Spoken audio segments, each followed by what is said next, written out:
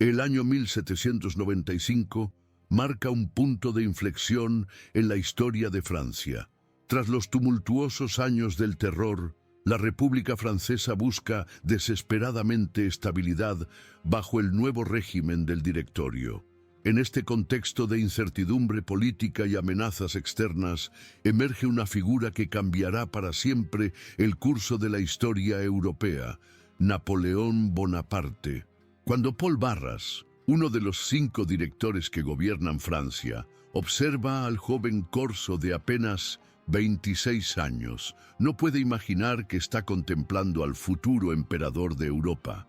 Napoleón, con su mirada penetrante y su porte decidido, acaba de demostrar su valía militar aplastando la insurrección realista del 13 Vendémiaire en París. Sus cañones, disparando a quemarropa contra los insurgentes en las calles de la capital, le han valido el apodo de General Vendimiario. Y más importante aún, la confianza del Directorio. La situación política de Francia en 1795 es precaria. El Directorio, compuesto por 5 hombres que intentan gobernar un país exhausto por años de revolución, enfrenta desafíos monumentales. La economía está en ruinas, la inflación se dispara sin control y los assignats, el papel moneda revolucionario, han perdido prácticamente todo su valor. En las calles de París, los ciudadanos hacen largas colas para conseguir pan, mientras los especuladores acumulan fortunas en el mercado negro, pero el mayor peligro viene del exterior. La primera coalición, formada por Austria, Prusia, España, Gran Bretaña y varios estados menores, mantiene una presión constante sobre las fronteras francesas. Los ejércitos austriacos, comandados por veteranos experimentados como el general Beaulieu, controlan el norte de Italia y amenazan con invadir Francia desde el sur. Es en este contexto que el Directorio toma una decisión que marcará el destino de Europa: nombrar a Napoleón Bonaparte como comandante en jefe del ejército de Italia. El 2 de marzo de 1796, Napoleón recibe oficialmente su nombramiento. Tiene apenas 27 años, una edad que muchos consideran demasiado joven para comandar un ejército. Sin embargo, su ascenso meteórico no es casual.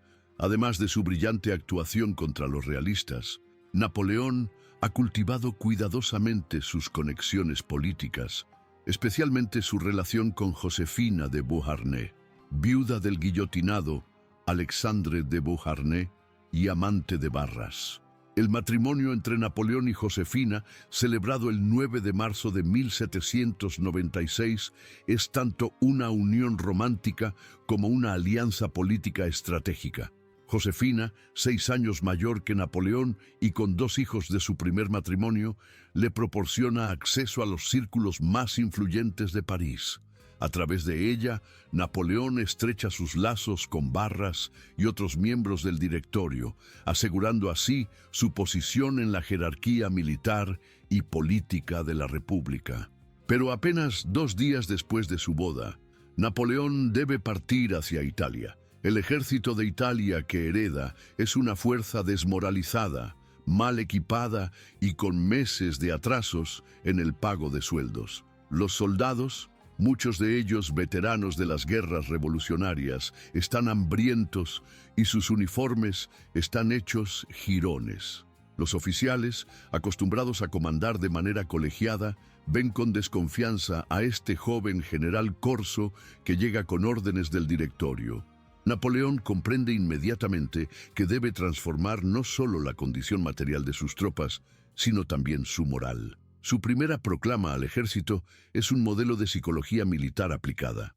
En lugar de promesas vacías, ofrece algo tangible: victoria y botín.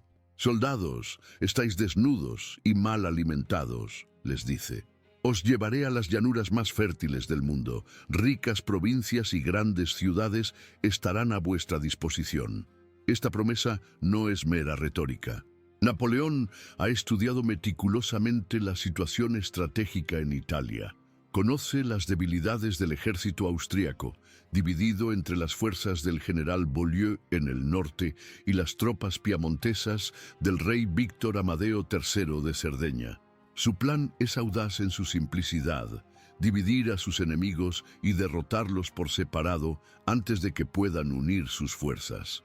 La campaña de Italia comienza oficialmente el 12 de abril de 1796 con la batalla de Montenotte. Napoleón, aplicando los principios de guerra que ha estudiado en los tratados de grandes estrategas como Alejandro Magno y Julio César, concentra sus fuerzas en el punto más débil del enemigo. Los austriacos, comandados por el general Argenteau, son completamente sorprendidos por la velocidad y ferocidad del ataque francés. En menos de una hora, sus líneas se desmoronan y huyen en desorden. Esta primera victoria tiene un efecto psicológico devastador sobre los aliados. 2 días después, en Millésimo, Napoleón derrota a una columna piamontesa y el 21 de abril, en la batalla de Mondovi, las fuerzas del Piamonte son aplastadas definitivamente. El rey Víctor Amadeo III, viendo que la resistencia es inútil, solicita el armisticio.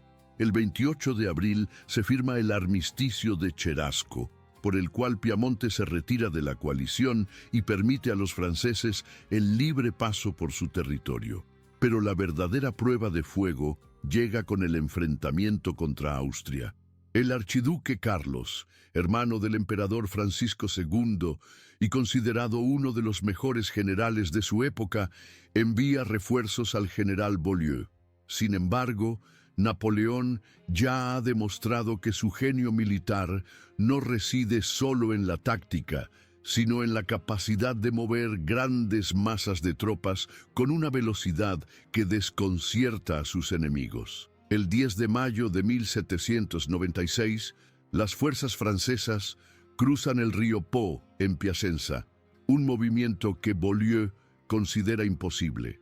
Napoleón ha logrado transportar todo su ejército, incluyendo la artillería, en menos de 3 días, mientras los austriacos esperaban que la operación les tomara al menos una semana. Esta maniobra coloca al ejército francés en la retaguardia austriaca, obligando a Beaulieu a abandonar sus posiciones defensivas y emprender una retirada precipitada. La persecución que sigue es implacable. Napoleón, montado en su caballo Marengo, aparece en todos los puntos críticos del campo de batalla, inspirando a sus tropas con su presencia. Sus generales, hombres como André Massena, Jean Lannes y Louis-Alexandre Berthier, ejecutan sus órdenes con una precisión que refleja meses de entrenamiento intensivo. Cada uno de estos oficiales se convertirá, con el tiempo, en mariscal del imperio, pero es en Italia donde forjan su reputación de invencibilidad. El 15 de mayo, en la batalla del puente de Lodi, Napoleón demuestra no solo su genio estratégico, sino también su coraje personal. Cuando los artilleros franceses dudan en avanzar bajo el fuego enemigo, Napoleón toma personalmente la mecha de un cañón y dispara contra las tropas austriacas. Este acto de valor le gana el respeto definitivo de sus soldados, quienes comienzan a llamarlo Le Petit Caporal, el pequeño cabo, un apodo que llevará con orgullo durante toda su carrera. La entrada triunfal en Milán, el 15 de mayo de 1796, marca el comienzo de una nueva fase de la campaña. Napoleón no es solo un conquistador, es también un administrador hábil que comprende la importancia de ganarse a la población local. Su proclama a los milaneses es un modelo de diplomacia. Pueblos de Italia, el ejército francés viene a romper vuestras cadenas. El pueblo francés es amigo de todos los pueblos. Venid a recibirnos. Sin embargo, detrás de esta retórica libertadora, Napoleón implementa un sistema de requisiciones que permite mantener a su ejército sin depender de los suministros enviados desde Francia. Los contributions de guerre, contribuciones de guerra, se convierten en una fuente constante de financiación. Solo en Milán, Napoleón recauda más de 20 millones de francos, una suma que supera el presupuesto anual de muchos estados europeos. Pero la resistencia austriaca está lejos de ser quebrada. El emperador Francisco II envía al general Dagobert Sigmund von Wurmser con un ejército de 30.000 hombres veteranos. Wurmser, de 70 años pero con una experiencia militar incomparable, planea una ofensiva en 3 columnas que debe atrapar a Napoleón en una tenaza mortal. La estrategia austriaca es sólida en teoría. Mientras Wurmser avanza desde el norte, las columnas de Quasdanovich y Mesaros atacarán desde el este y el oeste. Napoleón, sin embargo, ha anticipado esta maniobra. Su red de espías, dirigida por el astuto Joseph Fouché, le proporciona información detallada sobre los movimientos enemigos. Cuando Wurmser inicia su ofensiva el 29 de julio, Napoleón ya ha concentrado sus fuerzas en Castiglione. La batalla que sigue, el 5 de agosto de 1796, es una demostración magistral de la guerra de movimientos. En Castiglione, Napoleón aplica por primera vez de manera completa su doctrina militar: concentrar fuerzas superiores en el punto decisivo, atacar con rapidez y explotar el éxito hasta el límite. Wurmser, a pesar de su experiencia, se encuentra completamente desorientado por la velocidad de las maniobras francesas. Cuando intenta reorganizar sus líneas, descubre que los franceses han aparecido en su flanco izquierdo, donde menos los esperaba. La derrota de Wurmser en Castiglione tiene repercusiones que van más allá del campo de batalla. En Viena, el emperador Francisco II comienza a dudar de la posibilidad de mantener el control sobre Italia. Los consejeros áulicos, tradicionalmente confiados en la superioridad del ejército austríaco, enfrentan por primera vez la realidad de que están luchando contra un genio militar de proporciones históricas. Pero Napoleón no se contenta con la victoria militar. Su visión va más allá de la conquista. Busca la transformación política completa de Italia. El 16 de octubre de 1796, funda la República Cisalpina, un estado satélite que agrupa los territorios de Lombardía, Emilia-Romagna y partes del Véneto. Esta creación no es solo un acto político, sino una declaración de principios. Napoleón se presenta como el libertador de los pueblos oprimidos por las monarquías tradicionales. La fundación de la República Cisalpina tiene un impacto revolucionario en toda Europa. Los principios de la Revolución Francesa, codificados en la Declaración de los Derechos del Hombre y del Ciudadano, se extienden por primera vez más allá de las fronteras francesas. Los nobles italianos, que durante siglos han vivido bajo el sistema feudal, ven cómo sus privilegios se desvanecen de la noche a la mañana. Los campesinos, por primera vez en la historia, pueden aspirar a poseer la tierra que trabajan. Napoleón comprende que la transformación social debe ir acompañada de una administración eficiente. Nombra a administradores franceses en los puestos clave, pero también incorpora a italianos ilustrados que abrazan los ideales revolucionarios. Hombres como Francesco Melzi d'Eril y Giovanni Paradisi se convierten en los artífices de la nueva Italia napoleónica, implementando reformas que incluyen la abolición de la servidumbre, la igualdad ante la ley y la libertad de culto. Sin embargo, la resistencia austríaca no ha terminado. El emperador Francisco II, presionado por sus aliados británicos que financian la coalición, envía a un nuevo comandante, el archiduque Carlos, considerado el mejor estratega de su generación.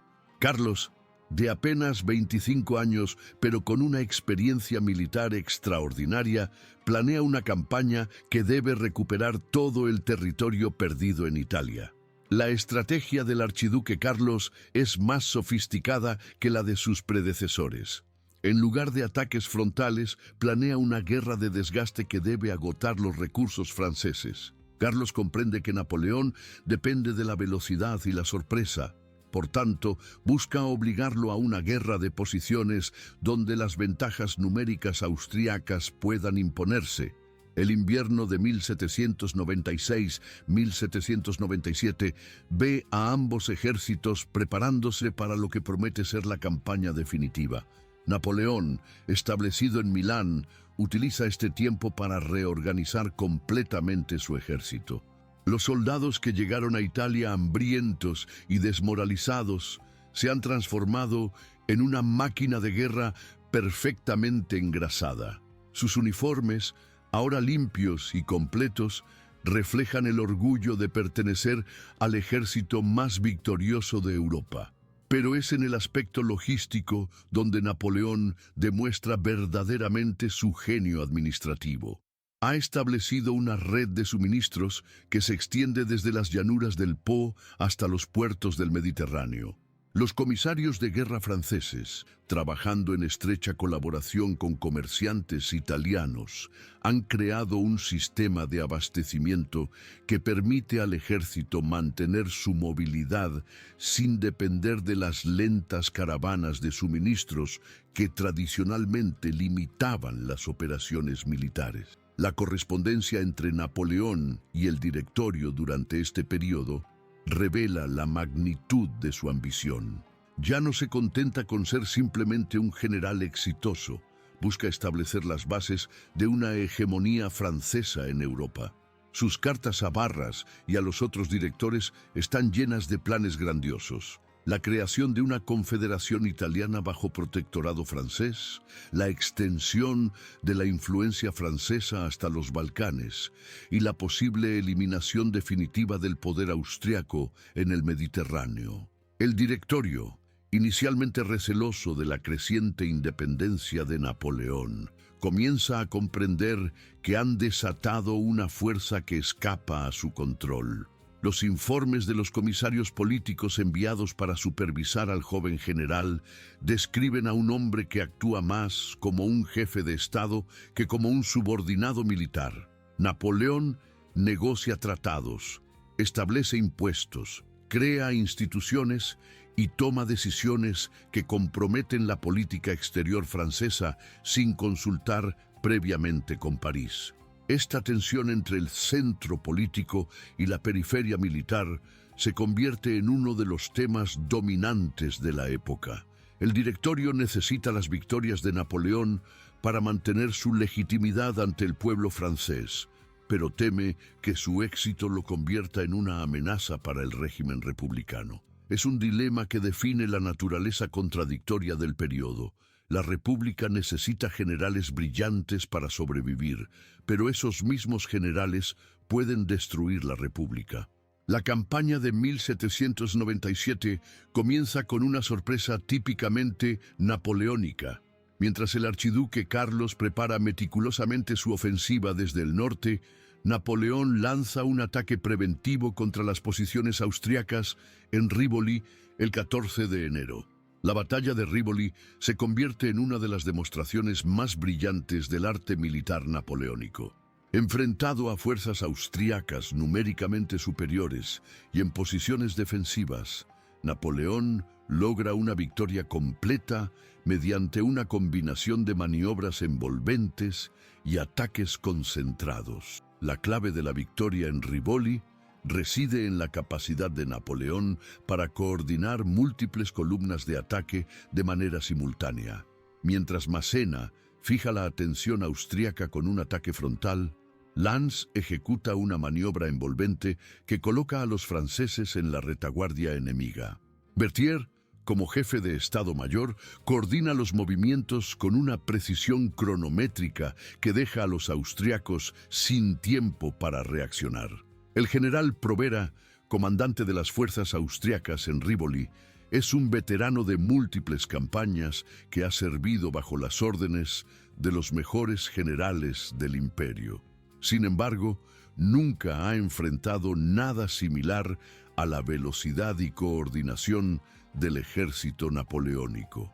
Sus reportes al archiduque Carlos describen un estilo de guerra completamente nuevo, donde la iniciativa francesa es tan constante que los austriacos apenas tienen tiempo de ejecutar maniobras defensivas básicas. La derrota austriaca en Rivoli tiene consecuencias inmediatas en el asedio de Mantua.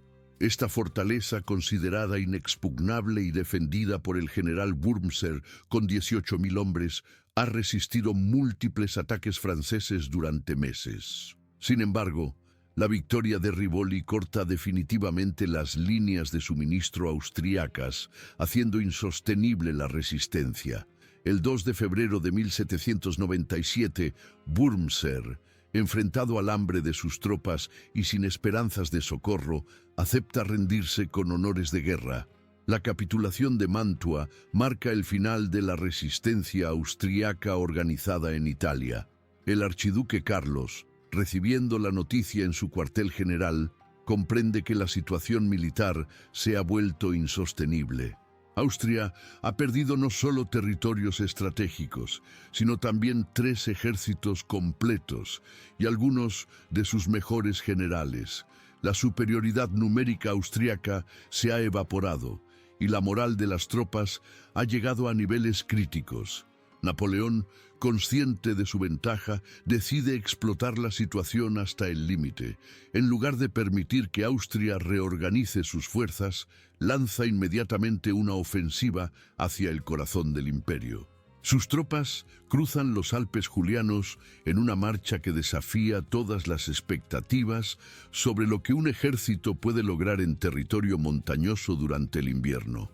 Los soldados franceses, curtidos por meses de campañas victoriosas, avanzan con una determinación que impresiona incluso a sus enemigos. El avance francés hacia Austria provoca pánico en Viena. El emperador Francisco II, que durante meses ha mantenido una actitud desafiante, comprende finalmente que está enfrentando una amenaza existencial para su imperio. Los consejeros áulicos, tradicionalmente divididos entre halcones y palomas, se unen por primera vez en recomendar negociaciones inmediatas. La perspectiva de ver tropas francesas marchando por las calles de Viena se convierte en una pesadilla demasiado real. El 18 de abril de 1797, cuando las fuerzas napoleónicas están a solo 120 kilómetros de Viena, Austria solicita oficialmente un armisticio. Napoleón, demostrando una vez más su genio político, acepta inmediatamente. Comprende que una victoria total sobre Austria podría alarmar a las otras potencias europeas y provocar la formación de una nueva coalición antes de que Francia pueda consolidar sus conquistas. Las negociaciones del Tratado de Campo Formio, que comienzan inmediatamente después del armisticio, revelan otra faceta del genio napoleónico: su habilidad como diplomático. Enfrentado a negociadores austriacos experimentados como el conde Johann Philipp von Cobenzell, Napoleón demuestra que puede ser tan astuto en la mesa de negociaciones como en el campo de batalla.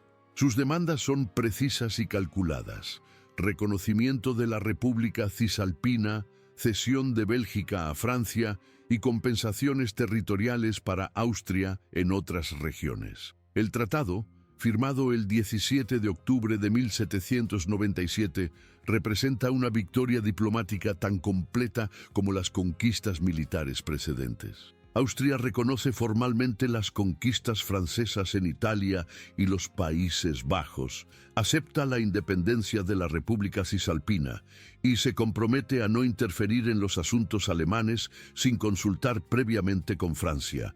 A cambio, Austria recibe Venecia y sus territorios, una compensación que apenas mitiga la magnitud de sus pérdidas. Pero Campo Formio es más que un tratado entre Francia y Austria. Es la partida de nacimiento de una nueva Europa. Los principios del antiguo régimen, basados en la legitimidad dinástica y el equilibrio de poder tradicional, han sido reemplazados por una nueva lógica donde la fuerza militar y la habilidad diplomática determinan el destino de las naciones. Napoleón ha demostrado que un hombre talentoso puede cambiar el curso de la historia europea en menos de 2 años. El regreso de Napoleón a París en diciembre de 1797 es un triunfo que supera incluso las más grandiosas celebraciones de la Roma antigua. Las calles de la capital se llenan de multitudes que aclaman al conquistador de Italia. Los botines de guerra, incluyendo obras de arte invaluables saqueadas de los museos italianos, son exhibidos en un desfile que dura días enteros. El pueblo francés, exhausto por años de privaciones, encuentra en Napoleón la encarnación de la gloria nacional restaurada. Sin embargo, detrás de las celebraciones públicas, la situación política en Francia sigue siendo extremadamente volátil. El Directorio, enfrentado a crisis económicas persistentes y amenazas tanto de la extrema izquierda jacobina como de la derecha monárquica, comprende que su supervivencia depende cada vez más del prestigio militar de Napoleón. Esta dependencia crea una paradoja peligrosa.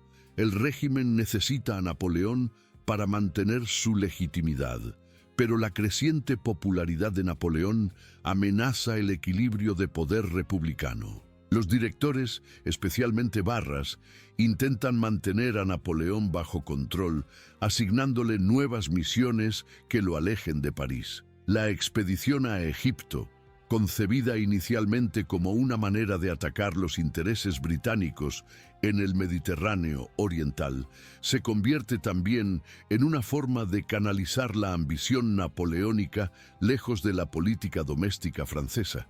Sin embargo, esta estrategia revelará ser un error de cálculo monumental.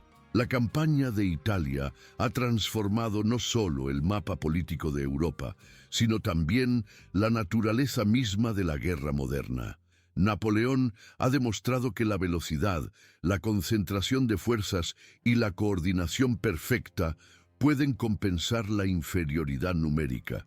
Sus innovaciones tácticas, desde la artillería móvil hasta el uso de la caballería ligera para reconocimiento, se convertirán en estándares adoptados por todos los ejércitos europeos. Más importante aún, Napoleón ha establecido un nuevo paradigma en las relaciones entre el poder militar y el político.